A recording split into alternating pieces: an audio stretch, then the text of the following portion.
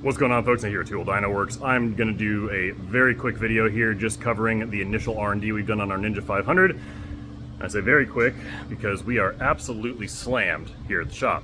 If I just quickly pan around the room here, we've got like somewhere in the mid-50s for bikes stacked up in here for tuning and repair and builds.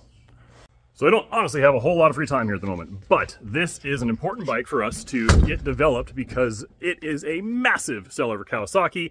There are thousands of them already been sold, and honestly, it's a huge upgrade from the Ninja 400. Now, I've got our personal 2024 Ninja 500 sitting right here on the dyno, and we've already installed an M4 slip-on on the bike. Thanks to our friends over at M4 for sending this over for fitment testing, and just so everybody's aware, this is the Ninja 400 slip-on system. It fits perfectly. Now, let me give you a quick rundown of what the bike did when it was bone stock, and then I can talk about what this does for improvements and obviously our ECU flashing we've developed for this system. So here's a quick glance at what this bike did bone stock. This thing is making 49.5 horsepower, 30 foot-pounds of torque, and Kawasaki actually did a good job for once building the fuel mapping on this bike for the stock system. It is not lean at wide open throttle. It is pretty lean at part throttle, but wide open for the stock exhaust, it works perfectly. Now, we went ahead and installed the slip-on, which came with a baffle already installed, because on the Ninja 400s, you actually need the baffle in most of the systems, because otherwise the outlet diameter was just too large for the little displacement of the old 400. That's not the case anymore. This is a back-to-back comparison with zero tuning whatsoever. You can see that with the baffle in, it's really not any leaner, which means there's not really any extra air getting in there. It made 3/10 of a pony more, and literally the exact same down to the 100th torque figure, that it did with a stock pipe on there.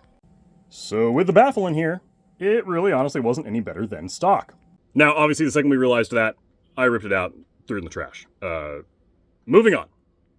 So with the baffle out, we did a quick baseline, and you can see immediately the fueling starts getting real lean, real fast. At peak torque there, you're talking about an AFR of 15.3 to 1, which is super spicy at wide open throttle, and just happens to be the perfect place where detonation will occur. Full load, peak torque, right in the mid 15 to 1 range. So if you're gonna put a slip-on one of these Ninja 500s, and you're gonna take the baffle out to A, get the better sounding exhaust, and B, find some additional performance, you don't have to tune it, but you really should.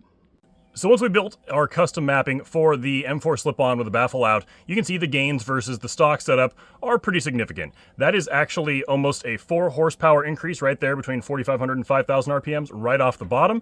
And out there at the top where it now just kind of keeps going flat instead of falling off, you're picking up 3.5 horse at 11,000 RPMs.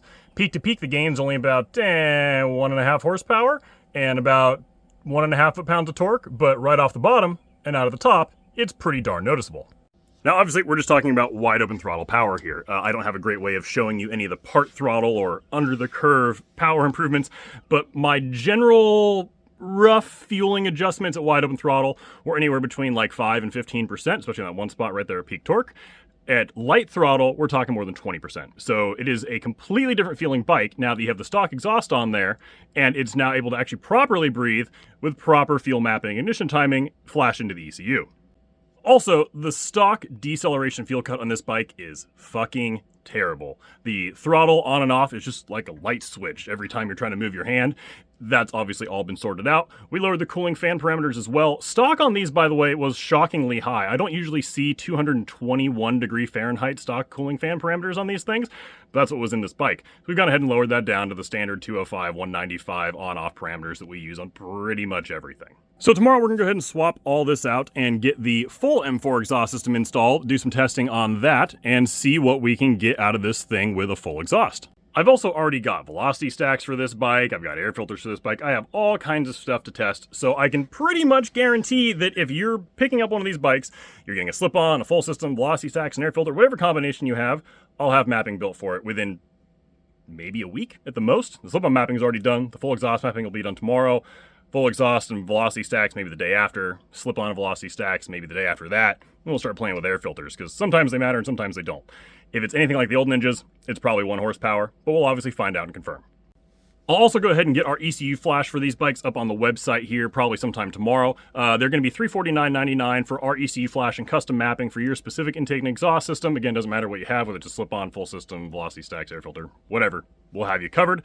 And I can guarantee that you will not find higher quality custom mapping anywhere else for these bikes than Two Wheel Dynaworks.